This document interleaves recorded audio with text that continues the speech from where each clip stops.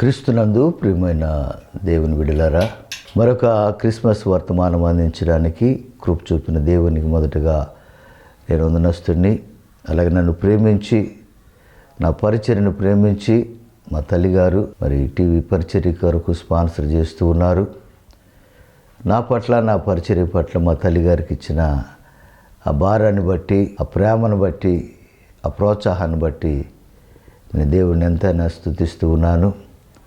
అలాగే నా చిన్న పరిచర్యను చూస్తున్న మీరు, మీ కుటుంబాలు కూడా నా సేవను ప్రోత్సహించాలని, నా పరిచర్యను ప్రోత్సహించాలని ప్రేమపూర్వకంగా కోరుకుంటూ ప్రార్థన చేసుకొని ఈనాటి వర్తమానాన్ని మనం ప్రారంభించుకుందాం. ప్రార్థన చేసుకుందాం.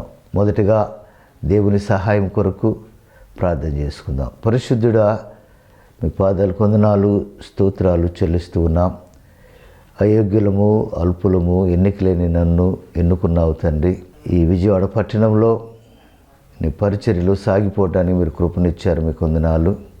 అలాగే ఇది క్రిస్మస్ వర్తమానం అందించడానికి నాయన మీరు ఇచ్చిన ఈ భాగ్యాన్ని బట్టి నీకు స్తుతిస్తూ ఉన్నాను. అయ్యా, నన్ను తగ్గించండి, మీరు మాత్రమే కనపరుచుకోండి, మీరు మాత్రమే ఘనత పొందండి. మీ ఆత్మతో నన్ను అభిషేకించి నీ మాటలు నా నోటముట్టు ఉంచి వినువారికి మేలుకరంగాను దేవునికరంగాను నులాగన కృపను అనుగ్రహించండి.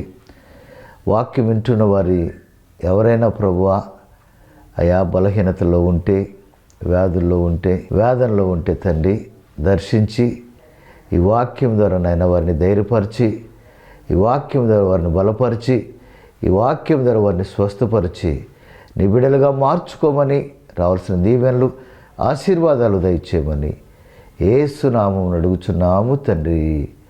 ఆమేన్, ఆమేన్. క్రీస్తునందు ప్రియమైన దేవుని బిడ్డలారా, మరి గత వారము సాగిలు పడుట అనే మాటను ధ్యానం చేశాం. ఈ వారము సమర్పించుట అనే మాటను కొద్ది నిమిషాలు ధ్యానం చేయాలని నేను ఆశపడుతూ ఉన్నాను. ప్రియ దేవుని బిడ్డలారా, ఈ తూర్పు దేశపు జ్ఞానులు ఆయనను ఆ పశువుల పాకలో చూసి సాగిలపడ్డారు. అలాగే వారి పెట్టెలు విప్పి వారు బంగారమును, బోలమును, సాంబ్రాన్ని కానుకలుగా సమర్పించారు అని అక్కడ రాయబడి ఉంది మత్తయి సువార్త 2వ అధ్యాయంలో. కాబట్టి ఇక్కడ జ్ఞానులు సమర్పించిన ఆ వస్తువుల విషయంలో, అలాగే వారిని చూసి మనము ఏమి సమర్పించాలనేది ఒక పాఠాన్ని నేర్చుకోవటమే ఈ క్రిస్మస్ వర్తమాన ఉద్దేశమని నేను జ్ఞాపకం చేస్తూ ఉన్నాను. వారు జ్ఞానం కలిగిన వారు. వారు ఒక వస్తువు తెచ్చారు, ఒక వస్తువు దేవునికి ఇచ్చారు అని అంటే దానికి ఒక అర్థం ఉంటుంది. దేవునికి ఇచ్చే విషయంలో ఈ రోజున విశ్వాసులు చాలా నిర్లక్ష్యంగా ఉంటూ ఉన్నారు. ఈ క్రిస్మస్ వర్తమానం ద్వారా ఈ జ్ఞానులు శ్రేష్టమైనవి తెచ్చారు, విలువైనవి తెచ్చారు. నిజంగా వారు తెచ్చినది అన్నిటికంటే విలువ కలిగినవి, చాలా ఖరీదైనవి తీసుకొచ్చారు, చాలా శ్రేష్టమైన వాటిని తీసుకొచ్చారు. ఈ క్రిస్మస్ రోజున మనం కూడా దేవునికి విలువైనది ఇవ్వాలి.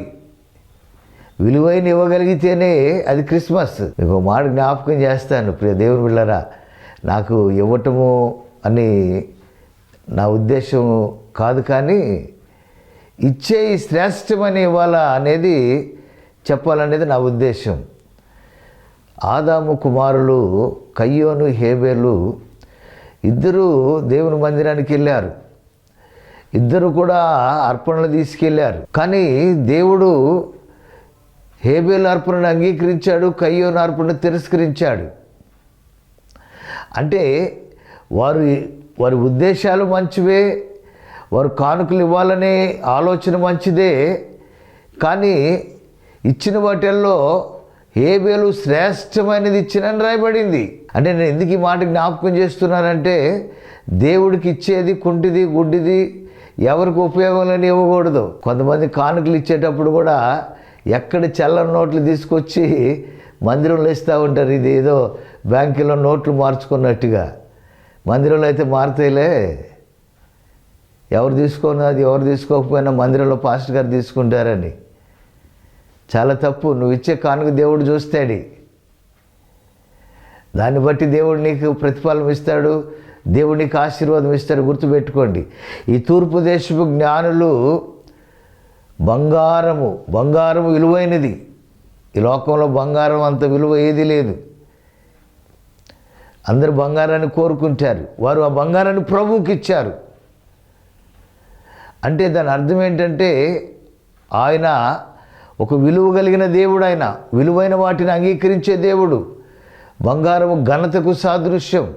ఆయన బంగారం ద్వారా ఘనపరిచారు ఆ జ్ఞానులు. అలాగే నీవు కూడా ఈ క్రిస్మస్ రోజున నువ్వు ఇచ్చే కానుక ద్వారా దేవుని ఘనపరచాలి. అంతేగాని కానుక ఇచ్చే నిన్ను మైకులో చదివి ఘనపరచడం కాదు. కానుకలు ఇచ్చిన వాళ్ళని కనపరుస్తూ ఉంటారు. కానీ ఆ కానుక ద్వారా దేవుడు కనపరచబడాల. ఈ జ్ఞానులు బంగారం ఇచ్చి దేవుడిని ఘనపరిచారు. కాబట్టి తూర్పు దేశపు జ్ఞానులు ఇచ్చిన ఆ అర్పణలో, ఆ సమర్పణలో చాలా పాఠం ఉంది దేవుని విడిలారా. రెండవది సాంబ్రాణి దైవత్వానికి సూచన. అంటే వారు ఆయన్ని దైవత్వంగా భావించారు కాబట్టి, దేవుని కుమారుడుగా భావించారు కాబట్టి వారు సాంబ్రాణి తీసుకొచ్చి ఆయనకి సమర్పించారు. దైవత్వానికి సూచన. వారు దేవుడని నమ్మారు, దేవుడని విశ్వసించారు. ఒకటి ఘనపరిచారు, రెండు విశ్వసించారు. మూడవది బోలము, అంటే పునరుద్ధాన విశ్వాసం. ఇది ఈ తూర్పు దేశం జ్ఞానులకు తెలుసు. పుట్టిన ఆయన ఈ లోకాన్ని రక్షించడం కొరకు వచ్చాడు. ఈ లోకం రక్షించబడాలంటే ఆయన తప్పకుండా రక్తము చిందించాలి, ప్రాణం పెట్టాలి, ఆయన చనిపోతాడు. కాబట్టి ఆ మరణానికి గుర్తుగా వారు బోలాన్ని తీసుకొచ్చారు, చేదుని తీసుకొచ్చారు.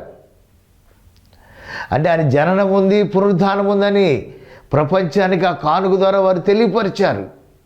అందుకే వారు జ్ఞానులని పిలువబడ్డారు. దేవుని బిడ్డలారా, వారు ఘనపరిచారు, విశ్వాసం ఉంచారు, పునరుద్ధాన విశ్వాసాన్ని ప్రకటించారు వారు సమర్పించిన ఆ కానుకల ద్వారా.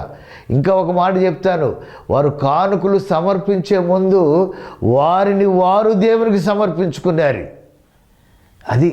అది ప్రాముఖ్యం. ఆ కానుక అక్కడ ప్రాముఖ్యం కాదు. కానుక ఇచ్చిన వ్యక్తి ఆయనకు ముందు కానుకగా అర్పించుకున్నారు. ఒక దేశంలో ఒక రాజు ఉన్నాడంట. ఒక దేశంలో ఒక రాజు ఉన్నాడు. ఆ రాజు ఆ దేశంలో ప్రకటన చేశాడంట, మీరందరూ కూడా రండి, ఈ రాజభవనంలో ఉన్న ఈ విలువైన వస్తువులు, ఈ విలువైన ఈ ఆర్టికల్స్ ఇవన్నీ కూడా ఎవరికి ఇష్టం వచ్చింది వారు తీసుకువెళ్ళొచ్చు. రాజభవనంలో ఉన్న ప్రతి విలువైన వస్తువు మీ కానుకగా నేను ఇస్తున్నాను, క్రిస్మస్ కానుకగా, మీరు వచ్చి ఎవరికి ఇష్టమైంది వాళ్ళు తీసుకెళ్ళండి అన్నారంట. ప్రజలందరూ తండాలుగా వచ్చి ఆ కనపడి అని ఒకడు రాజు కూర్చునే కుర్చీ తీసుకుంటే, ఒకడు రాజు తినే భోజనం ప్లేట్ తీసుకుంటే, ఇలాగా రాజుకు ఇష్టమైన వస్తువులన్నీ తీసుకొని ఒక్కొక్కటి పట్టుకెళ్ళిపోతా ఉన్నారంట. ఒక ముసలాయన వచ్చి అన్నీ తీసుకెళ్ళమన్నాడు కదా అని చెప్పేసి రాజు అక్కడ నిలబడి ఉంటే ఆయన భుజాల మీద కూర్చోబెట్టుకొని రాజునే తీసుకెళ్ళిపోయాడంట ఆయన ఇంటికి. ఎప్పుడైతే రాజుని తీసుకెళ్ళిపోయాడో ఆ రాజభవనం అంతా ముసలాయన ఆ చిన్న పేదవాడి ఇంటి దగ్గరికి వెళ్ళి చేరిందంట. అంటే ఇప్పుడు ఆ ఇంటికి ఏమొచ్చింది? ఘనత వచ్చింది. ఆ ఇంటికంతా రాజ్యం అంతా ఇంటి ముందు వాలిపోయింది. అంటే నేను అంటాను, మనం తీసుకునే వస్తువు కాదు మనకు విలువ, ముందు మనమే కానుకగా ఆయనకి అర్పించబడాల. ఆ రాజునే ఆయన బహుమానంగా తీసుకున్నాడు. ఆ రాజునే ఆయన ఇంటికి తీసుకెళ్ళిపోయాడు. అందరు వస్తువులు తీసుకెళ్ళారు, కానీ రాజునే తీసుకెళ్ళాడు. అలాగే దేవుడు నీ కానుక కాదు ఆయన కోరుకునేది, నీ దశ భాగం కాదు ఆయన కోరుకునేది, నీ డబ్బు కాదు, ఆయన నిన్నే కోరుకుంటున్నాడు. ఈ క్రిస్మస్ రోజున నీ కుటుంబాన్ని కోరుకుంటున్నాడు, నీ బిడ్డలను కోరుకుంటున్నాడు, ఆయన పరిచర్య కొరకు. అంతేగాని ఆయన ధనవంతుడు, ఆయన గొప్ప ధనవంతుడు, ఆయన నీ ధనం ఆయనకు అవసరం లేదు, నువ్వు కావాలి ఆయనకి. ఆయన నీ కొరకు ఈ లోకానికి బహుమానంగా తండ్రి ఈ లోకానికి ఆయన పంపించాడు. దేవుడు లోకమును ఎంతో ప్రేమించాడు, ఆయన కుమారుణ్ణి ఈ లోకానికి ఇచ్చాడు బహుమానంగా. ఈరోజు నీ క్రిస్మస్ రోజున నువ్వు ఆయనకి బహుమానంగా అర్పించబడాలి, అది ఆయన కోరిక. ఈరోజు చాలామంది దేవునికి వారి జీవితాలు సమర్పించరు, కానీ వాళ్ళ దగ్గర ఉన్న డబ్బులు వేలు లక్షలు ఇస్తూ ఉంటారు. ఇవ్వటం తప్పు నేను అనట్లేదు. దేవునికి ఇస్తే దేవుడు నిన్ను దీవిస్తాడు, పరిచర్యకి ఇస్తే దేవుడు నిన్ను ఆశీర్వదిస్తాడు, తప్పు నేను అనట్లేదు. కానీ ముందు నువ్వు దేవునికి సమర్పించుకోవాలి, అది క్రిస్మస్. నువ్వు కానుకగా ఆయనకు అర్పించబడాలి, ఆయన చేతుల్లోకి నువ్వు వెళ్ళాలి. అప్పుడు నీదంతా ఆయనకు అవుద్ది, ఆయనదంతా నీకు అవుతుంది. నువ్వు దూరంగా ఉండి నువ్వు ఎన్ని కానుకలు ఇచ్చినా కానీ ప్రయోజనం లేదు. నువ్వు విస్తారమైన ధనం ఇచ్చినా ప్రయోజనం లేదు. నీ జ్యేష్ఠ కుమారుడు బలిచ్చినా ఆయనకే ఇష్టం లేదు. విస్తారమైన తైలం ఇచ్చినా, నదులంత విస్తారమైన తైలం ఆయనకి అవసరం లేదు. నువ్వు కావాలి ఆయనకి, నిన్ను కోరుకుంటున్నాడు. ప్రియ దేవుని బిడ్డలారా, కాబట్టి తూర్పు దేశపు జ్ఞానులు విలువైన కానుకలతో ఆయన గణపరిచారు. ఈ క్రిస్మస్ రోజున నిన్ను నీవు దేవునికి అర్పణగా అర్పించుకొని ఆయన గణపరచాలని కోరుకుంటూ, దేవునికి నువ్వు అర్పించుకుంటే నీదంతా ఆయనది అవుతుంది. అలాగే నువ్వేదైనా ఆయనకి ఇవ్వగలవు. నువ్వు ఆయనకి అర్పించుకోకపోతే నువ్వేది ఆయనకి ఇవ్వలేవు. అబ్రహాము దేవుడికి సమర్పించుకున్నాడు. ముందు దేవుడు అబ్రహాం జీవితంలో ఒక పరీక్ష పెట్టాడు. వృద్ధాప్యంలో లేక కుమారుని ఇచ్చాను కదా ఇస్సాకుని, మళ్ళీ ఇస్సాకుని అడుగుతాను, నాకు ఇస్తాడో లేదో, నా మీద ప్రేమ చూపుతాడో లేదో అని క్రిస్మస్ గిఫ్ట్గా అయ్యా నీ కుమారుడు నాకు బలి అన్నాడు. అబ్రహాము ఎవరికి చెప్పలేదు, కాదనలేదు. కుమారుడిని తీసుకున్నాడు, కట్టెలు తీసుకున్నాడు, నిప్పు తీసుకున్నాడు, కత్తి తీసుకున్నాడు, మోరియా పర్వతానికి బయలుదేరాడు. కుమారుడు అడుగుతా ఉన్నాడు, నానా బలికన్నీ ఉన్నాయి కానీ బలి పశువు ఎక్కడ నానా? యెహోవా ఈరే, యెహోవా చూసుకున్నాడు, ఆయన చూసుకుంటాడు రారాబాయ్ అన్నాడు. కుమారుడు కూడా తండ్రి మాట జవదాట్లా ఇల్లారు. ఇద్దరు బలిపీఠం కట్టారు. ఇసాకు అనుకొని ఉంటాడు, ఇటుకు అందిస్తా, ఏదో పశువుని చూసి ఉంటాడు మా నాన్న ఈ బలిపెట్టి మీద వధించటానికి. కానీ నేనే బలి పశువు అన్న సంగతి ఇస్సాకు తెలియదు. తర్వాత బలిపెట్టి మీద ఇస్సాకుని పెట్టుకున్నప్పుడు, ఓహో నేనే దేవునికి బలి అర్పించబడాలా నాన్న? ఎస్, నీ చిత్తమే నాయన, నీ ఇష్టమే, నువ్వే దేవునికి నన్ను ఇస్తానంటే నేను కాదంటానా అని లోబడ్డాడు. అబ్రహాం కత్తి తీసుకున్నాడు. దేవుని దూత మాట్లాడుతుంది, అబ్రహామా అబ్రహామా ఆ చిన్నవాని మీద చెయ్యి వేయి. నువ్వు ఒక్క కుమారుని నువ్వు దేవునికి ఇవ్వడానికి వెనుతీ లేదు. కాబట్టి ఇందు మూలముగా నువ్వు దేవునికి భయపడువాడవు అని తెలుస్తుంది. ఎందుకంటే నువ్వు దేవునికి భయపడ్డావు, నీ జీవితాన్ని దేవునికి సమర్పించుకున్నావు. నువ్వు ఏదైనా ఇస్తావు దేవునికి, సమయాన్ని ఇస్తావు, సంతానాన్నైనా ఇస్తావు, బలి ఇవ్వడానికైనా నువ్వు సిద్ధంగా ఉంటావు. కారణం ఏంటంటే నువ్వు దేవునికి అర్పించుకున్నావు. ఈరోజు నువ్వు వాక్యం ఇచ్చిన ప్రియ దేవుని బిడ్డ, ఇదిగో తూర్పు దేశపు జ్ఞానులు విలువైన వాటిని ఇచ్చారు. ఈ క్రిస్మస్ రోజున విలువైన నీ జీవితాన్ని ఆయనకి సమర్పించగలిగితే, ఆయనకు అర్పించగలిగితే అదే నీ జీవితంలో క్రిస్మస్ సంతోషము, ఆనందము, అదే నిజమైన పండుగని నేను జ్ఞాపకం చేస్తూ ఉన్నాను. క్రిస్మస్ రోజున వేల రూపాయలు, లక్షల రూపాయలు షాపింగ్ ఖర్చులు పెడతారు. తప్పని నేను అనట్లేదమ్మా. నీ బిడ్డలు ఆనందంగా ఉండాలి, నీ భర్త, భార్య, బిడ్డలు, కుటుంబం సంతోషంగా గడపాలి. యేసు ప్రభువారు నీ కొరకు జన్మించాడు, నీ కొరకు ఆయన విలువైన రక్తాన్ని, ప్రాణాన్ని పెట్టడానికి ఈ లోకానికి వచ్చాడు. ఆనందమే, సంతోషమే. ఎవరు చేయని యాగం త్యాగం చేయటానికి ఆయన వచ్చిన రోజు అది. సంతోషించాలి, ఆనందం.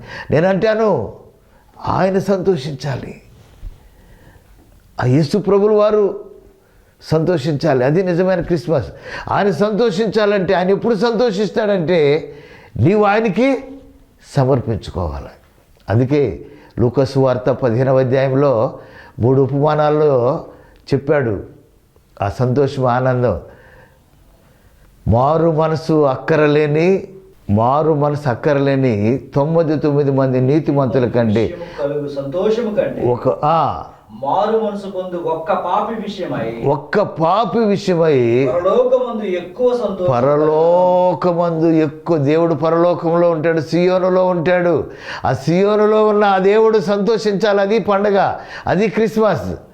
ఎప్పుడు సంతోషిస్తాడంటే ఒక పాపి ప్రభువుకు సమర్పించుకున్న రోజున, ఒక పాపి తన జీవితాన్ని యేసయ్య చేతుల్లో పెట్టిన రోజున, తన జీవితాన్ని మార్చుకున్న రోజున, తన అలవాట్లు మార్చుకున్న రోజున పరలోకంలో గొప్ప సంతోషం దేవుని దగ్గర.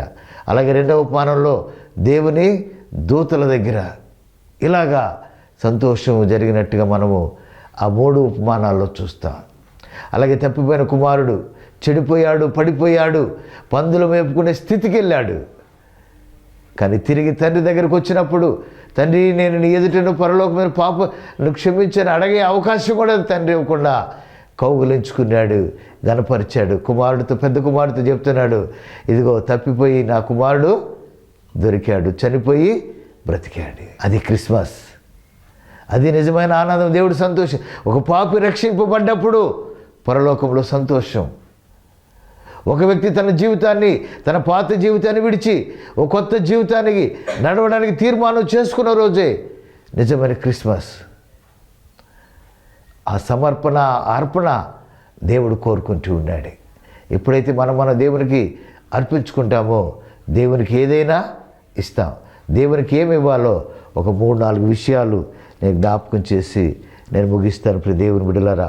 ఎందుకంటే ఈ క్రిస్మస్ రోజున ఒక విలువైనవి దేవుడు కోరుకుంటూ ఉన్నాడు. అవి ఏంటో ఒక 2-3 విషయాలు నేను జ్ఞాపకం చేస్తాను. మొదట ఎఫెసీ పత్రిక 5వ అధ్యాయము 15వ వచనం చదువుదాం. ఎఫెసీ పత్రిక 5వ అధ్యాయము 15వ వచనాన్ని చదువుదాం. దినములు చెడ్డవి గనుక మీరు సమయమును పోనివ్వక సద్వినియోగము చేసుకొనుచు అజ్ఞానుల వలె కాక జ్ఞానుల వలె నడుచుకున్నట్లు జాగ్రత్తగా ఉండు. సమయాన్ని దేవునికి సమర్పించాలి. నీ సమయంలో దేవునికి భాగం ఇవ్వాలి. అది ప్రార్థనా సమయం అవ్వచ్చు, అది పరిచర్య సమయం అవ్వచ్చు, అది దేవుని పనిచేసే సమయం అవ్వచ్చు. ఎందుకంటే ఈ రోజున ఉన్నవారు, గత క్రిస్మస్లో ఉన్నవారు ఈ క్రిస్మస్లో మన మధ్యన లేరు, గతించిపోయారు. సమయాలు ఆయన ఆధీనంలో, ఆయన స్వాధీనంలో ఉన్నాయి. ఆయన ఎప్పుడు నన్ను పిలుస్తాడో మనకు తెలియదు. ఎప్పుడు పిలుస్తాడో మనకు తెలియదు. కాబట్టి సమయం ఉన్నప్పుడే సద్వినియోగపరుచుకొని, సమయం ఉన్నప్పుడే ఆయన పని చేయండి, సమయం ఉన్నప్పుడే ఆయనకి సమయం ఇవ్వండి, సమయం ఉన్నప్పుడే ఆయన పరిచర్య చేయండి. దేవుడు దీవిస్తాడు. అలాగే సమయానికి ప్రార్థన చేయండి, సమయానికి లేవండి, సమయానికి దేవునికి స్థానం ఇవ్వండి. దేవుడు దీవిస్తాడు. క్రిస్మస్ రోజున జ్ఞానులు బంగారం సమర్పించారు. బంగారం కంటే విలువైన సమయాన్ని నువ్వు దేవునికి ఇవ్వాలా. రెండవది, నీ జీవితాన్ని దేవునికి ఇవ్వాలా. రోమపత్రిక 12వ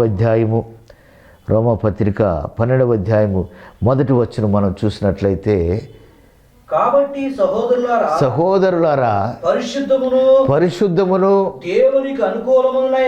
దేవునికి అనుకూలమైన సజీవ యాగముగా మీ శరీరములను ఆయనకు సమర్పించుకొనుడని దేవుని వాత్సల్యమును బట్టి మిమ్మను బతిమాలుకొనుచున్నాం. కాబట్టి మనం దేవునికి సమర్పించుకోవాలి. మన అవయవాలు నీతికి సాధనంగా ఆయనకి అర్పించాలా. నీ చేతులు ఆయనకి ఇవ్వాలి, నీ కాళ్ళు ఆయనకి ఇవ్వాలి. ప్రతిదీ కూడా నీ ప్రతి అవయవము ఆయన అధికారానికి అప్పగించుకోవాలి. చాలామంది దేవునికి అర్పించుకోలేకపోతే ఉన్నారు. ఒక యవనస్తుడు రక్షింపబడ్డ తర్వాత తన స్నేహితులు మరలా పాత అలవాట్లు బట్టి, బ్రదర్ ఇదిగో ఈ సిగరెట్ తీసుకో అంటే ఆ బ్రదర్ అన్నాడంట, నాకు చేయలేదన్నాడంట. సిగరెట్ కాల్చడానికి పట్టుకోవడానికి నాకు చేయలేదన్నాడంట. అదేంట్రా చెయ్యి కనపడుతుంది కదా అన్నాడంట. అంటే ఈ చెయ్యి దేవునికి ఇచ్చేసాను, ఇది చెయ్యి నాది కాదు, ఇది దేవుని చెయ్యి. కాబట్టి దేవుని పని చేయటానికే ఈ చేతులు. లోక అలవాట్లు, లోక పనులు, లోకాచారాలు, చెడు అలవాట్లు ఈ చేతులతో చేయటానికి నేను దేవునికి సమర్పించేశాను నా చేతుల్ని. దేవుని కొరకే ఈ చేతులు, దేవుని పని కొరకే ఈ చేతులు అన్నాడంట.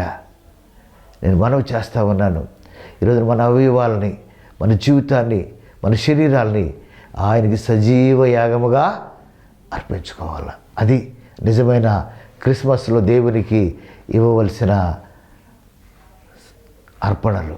ఒకటి నీ సమయాన్ని ఇవ్వాలి, రెండవది నీ శరీరాన్ని ఆయనకి సమర్పించాలి. మూడవ విషయాన్ని నేను జ్ఞాపకం చేస్తాను, నీ సంపాదన కూడా ఇవ్వాలి. సామెతల గ్రంథము 3వ అధ్యాయము 9వ వచనంలో ఒక మాట చదువుకుందాం. సామెతల గ్రంథం 3వ అధ్యాయం 9వ వచనం. నీ రాబడి అంతటిలో ప్రథమ ఫలమును నీ ఆస్తిలో భాగమునిచ్చి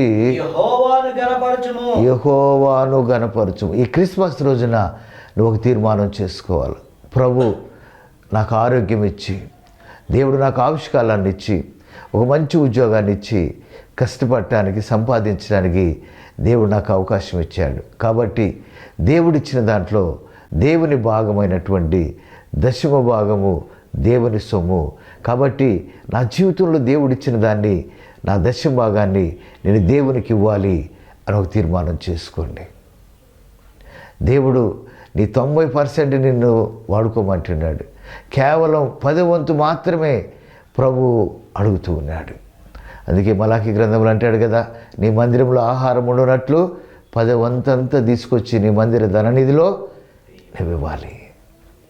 అది సేవకుడు ప్రభు కొరకు, ప్రభు పరిచర్య కొరకు ఉపయోగిస్తాడు. అప్పుడు నీవు, నీ కుటుంబం దీవించబడుతుంది. ఇదిగో తూర్పు దేశపు జ్ఞానులు బంగారము, సాంబ్రాణి, బోలము కానుకలుగా సమర్పించారు. ఇదిగో ప్రభు నిన్ను అడుగుతూ ఉన్నాడు, నీవే ఆయన కానుక సమర్పించుకుంటే నీవన్నీ ఆయన అవుతాయి.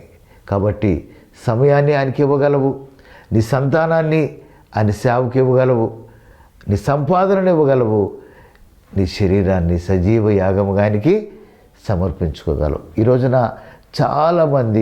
చాలామంది బిడ్డల్ని సేవకి ఇవ్వట్లేదు. నేను బైబిల్ కాలేజీ 2016లో జాస్ బ్యాప్టిస్ట్ బైబిల్ కాలేజీని ప్రారంభించి అనేక ప్రాంతాల్లో, ప్రకాశం, నెల్లూరు, అలాగే కృష్ణా జిల్లా, అలాగే తెలంగాణ ప్రాంతాల్లో అనేక మందిని సేవకులుగా ట్రైనింగ్ ఇస్తూ ఉన్నాను.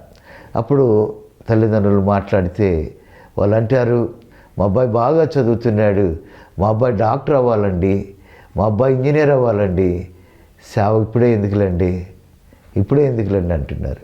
ఇంకా కొంతమంది దైవజనులు వారి పిల్లల్ని కూడా సేవకు తీసుకురావట్లేదు, వారి పిల్లలను కూడా సేవకి ఇవ్వట్లేదు. ప్రభు క్రిస్మస్ రోజున అబ్రహామును అడిగాడు, నీ ఏకైక కుమారుడు నాకు బలి ఇవ్వమని. అబ్రహాం ఇవ్వడానికి ముందుకెళ్ళాడు. కాబట్టి ఆయన సంతానాన్ని ఆకాశ నక్షత్రముల వలె, ఇసుక రేణువుల వలె దేవుడు ఆశీర్వదించాడు. నిన్ను బలి అడగట్లే, నీ బిడ్డల్ని సేవకి ఇవ్వమని అడుగుతున్నాడు. 4 బిడ్డలు ఉన్నారు, ఒక్కనన్నా నువ్వు సేవకి ఇస్తే నీ సంతానాన్ని దేవుడు ఆశీర్వదిస్తాడు. సేవకులను కూడా ఈ దేవుడేమి దరిద్రతలో ఉంచట్లేదు. ప్రియ దేవుని బిడ్డలారా, సేవకులు కూడా ఈ రోజున బెంజి కారులో తిరుగుతున్నారు, గుర్తుపెట్టుకోండి. సేవకులు కూడా ఫ్లైట్లో తిరుగుతూ ఉన్నారు. విస్తారమైన పరిచర్యలు. దేవుడు ఉన్నతమైన స్థితిలో తలగా ఉంచుతాడే కానీ తోకగా దేవుడు ఉంచడు. నీ ఇంట్లో ఒక సేవకుడు వస్తే ఆ సేవకుని బట్టి దేవుడు నీ కుటుంబాన్ని దీవిస్తాడు. యాకోబును బట్టి లాబాను కుటుంబాన్ని దేవుడు దీవించినట్టుగా నీ కుటుంబంలో వస్తున్న సేవకుని బట్టి దేవుడు నీ కుటుంబాన్ని దీవిస్తాడు, నీ బంధువులను దీవిస్తాడు, అలాగే నీ గ్రామాన్ని, నీ సంఘాన్ని కూడా దేవుడు దీవిస్తాడు. చెప్పడం కాదు, చెయ్యాలి. ఈ మాట చెప్తున్నా నా జీవితంలో కూడా నాకు 2 ఆడపిల్లలు, పెద్ద పాప ఎంటెక్ పూర్తయింది, కొన్ని ఉద్యోగాలు చేసింది. మా పాస్టమ్ గారు చనిపోయిన తర్వాత మరి పరిచర్య కొరకు స్త్రీల సమాజం సేవ కుంటుపడుతుందని చెప్పి ఒక రాత్రి నా బిడ్డ నా దగ్గరికి వచ్చి, డాడీ నీ కష్టాలు, నీ శ్రమలు, నీ బాధలు, నీ అవమానాలు చూసి నేను సేవకు రాకూడదు, సేవ చేయకూడదు అనుకున్నాను.